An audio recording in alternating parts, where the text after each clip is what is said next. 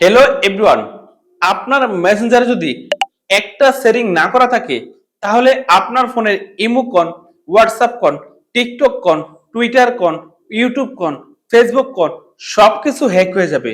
মানে আপনার ফেসবুক মেসেঞ্জারে যদি একটা শেয়ারিং না করা থাকে তাহলে এভরিথিং এনি হাউস এভরিবডি, আপনার ফোনে যত অ্যাকাউন্ট আছে সব হ্যাক হয়ে যাবে।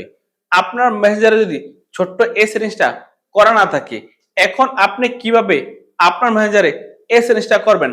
অবশ্যই আপনি আমাদের স্ক্রিনটা ফলো করুন। এখন যদি আপনি মেসেঞ্জারে গুরুত্বপূর্ণ সেটিংসটা এনেবল করতে চান, প্রথমে কি করবেন? আপনার মেসেঞ্জারে ঢুকবেন। মেসেঞ্জারে ঢোকার পরে এই যে এখানে দেখেন তিনটা ডট, এই তিনটা ডটে ঢুকবেন। তিনটা ডটে ঢুকবেন, তারপর এখানে দেখেন সেটিং, এই সেটিংসে ঢুকবেন। এই সেটিংসে আসবেন, তারপর আপনি কি করবেন? এভাবে নিচে আসবেন। এভাবে নিচে আসার পর এখানে দেখেন প্রাইভেসি এন্ড সেফটি ঢুকবেন। তারপর এখানে দেখেন সেভ ওয়েবসাইট ব্রাউজার, এই সেভ ওয়েবসাইট ব্রাউজারে ঢুকবেন।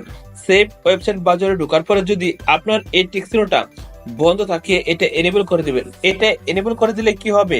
আপনি যখন ফেসবুকের মাধ্যমে বিভিন্ন ইলিগাল ওয়েবসাইটে ঢুকবেন বা বিভিন্ন খারাপ ওয়েবসাইটে ঢুকবেন, তখন কিন্তু আপনাকে সঙ্গে সঙ্গে বের করে দিবে, যদি এটা এনেবল থাকে। আর যদি এভাবে বন্ধ থাকে, তখন যদি আপনি ফেসবুকের মাধ্যমে খারাপ কোনো ওয়েবসাইট বা ইলিগাল কোনো ওয়েবসাইটে ঢুকেন, তখন কিন্তু আপনি ওইটা ঢুকতে পারবেন।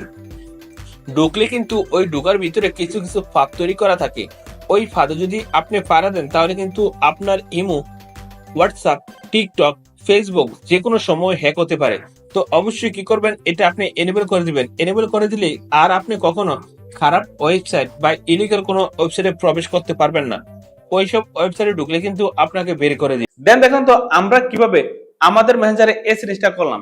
আপনি যদি আপনার মেসেঞ্জারে এই জিনিসটা করে দেন, তারপর থেকে আপনার ফোনে যতগুলো অ্যাকাউন্ট আছে আর কখনো হ্যাক হবে না।